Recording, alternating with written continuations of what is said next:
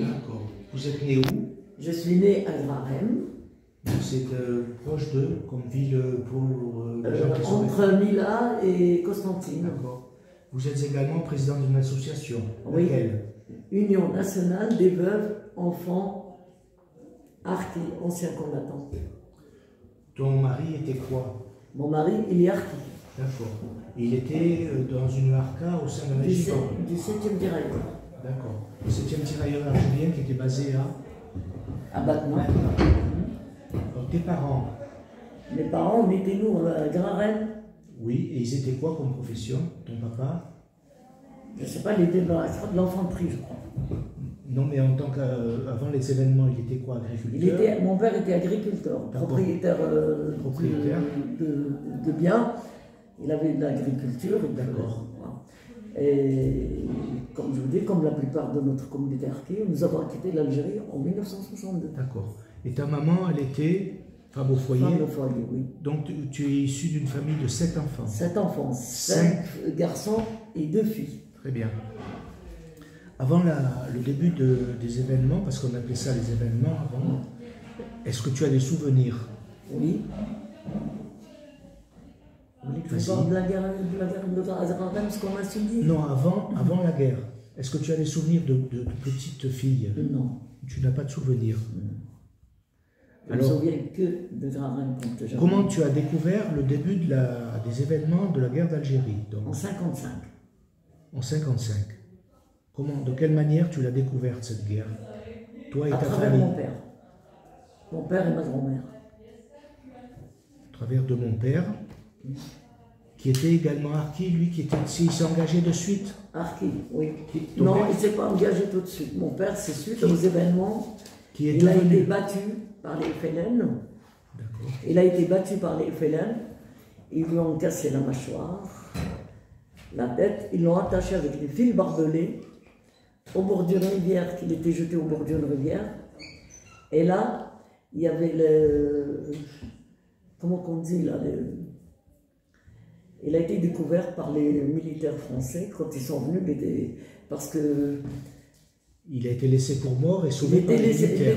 Non, il n'était pas laissé pour mort, parce qu'il y a eu une invasion les militaires, comment on dit ça? Hein? Une opération? Une opération militaire française qui est intervenue. Ils ont découvert mon père et mes oncles attachés près d'une rivière. D'accord. Alors mon père, il avait, comme je vous ai dit, la mâchoire cassée, la tête. Ils les ont attachés avec les fils barbelés. Bon, comme le docteur Canova, c'était un ami à nous, il l'a soigné. Ils ont dit à mon père ce qu'il avait, il leur a dit qu'il est tombé de cheval. Et c'est là qu'ils ont découvert qu'il a été battu.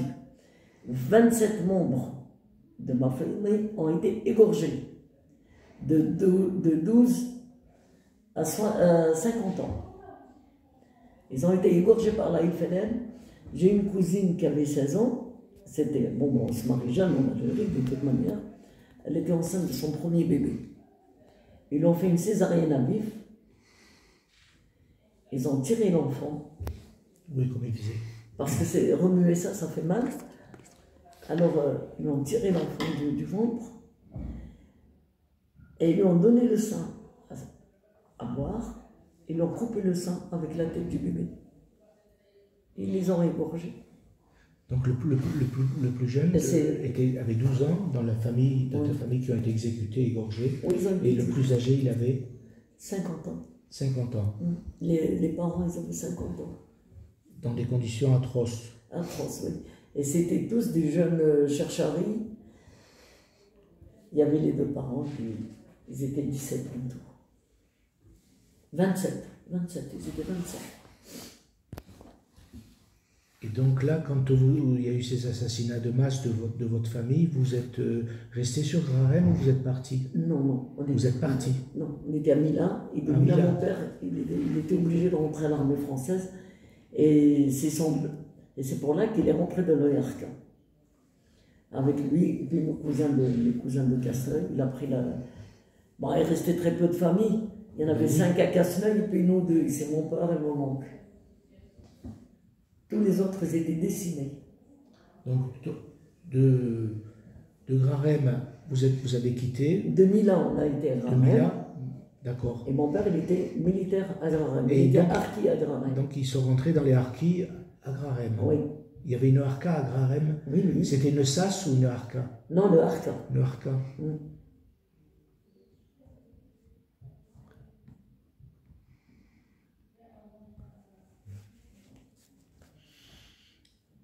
Donc, par rapport à l'Algérie, quelles autres, avant l'indépendance, quelles autres remarques tu pourrais faire Je pourrais faire de la vie là-bas? Après, vous viviez dans un camp aussi, la famille? À quand ton père Grarem, on était- vivait pas loin de la caserne. Ah, On était au milieu de la caserne, vous savez, comme les casernes là-bas en Algérie, c'est D'accord. marbré partout. voilà. On était quand même prisonniers, quand même. On ne pouvait pas sortir, aller dans les villages voisins. Oui, nous étions cloîtrés, quoi. Oui, on était cloîtrés. Et nous, en étant enfants, parce qu'il y en a beaucoup qui ne veulent pas témoigner, le soir, on était dehors et on voyait les balles siffler au-dessus de nos têtes. Oui, la FLN qui tirait sur le camp. Ah, c'est ça, oui, oui. On voyait les balles siffler sur nos têtes. C'est affreux ce que j'ai vécu avec mes amis. Bon, ils sont là Bien tous sûr. à Épinal maintenant, on est tous à Épinal rassemblés. Donc, quand l'indépendance était proche, est-ce que tu as assisté au désarmement des harkis? Ah oui, Est-ce que tu t'en rappelles? ah oui, quand ils les ont désarmés, c'était Oui. honteux. Ah, c'était honteux. Ils les ont désarmés dans les affaires, c'était honteux. C'est comme vous déshabillez quelqu'un. C'est honteux. C'est honteux ce qu'ils ont fait. Il y en a qui sont partis. Ils ont repris leur vie, c'est-à-dire normale, mais ce n'était pas une vie normale, puisqu'ils étaient massacrés. On a assisté à un, alors je ne citerai pas son nom parce que peut-être sa famille ne veut pas, ils l'ont attaché à 2 ânes, il y avait 2 ânes, ils l'ont attaché les mains dans un âne et les pieds dans l'autre âne, et puis ils l'ont écartelé. Écartelé, oui. Écartelé.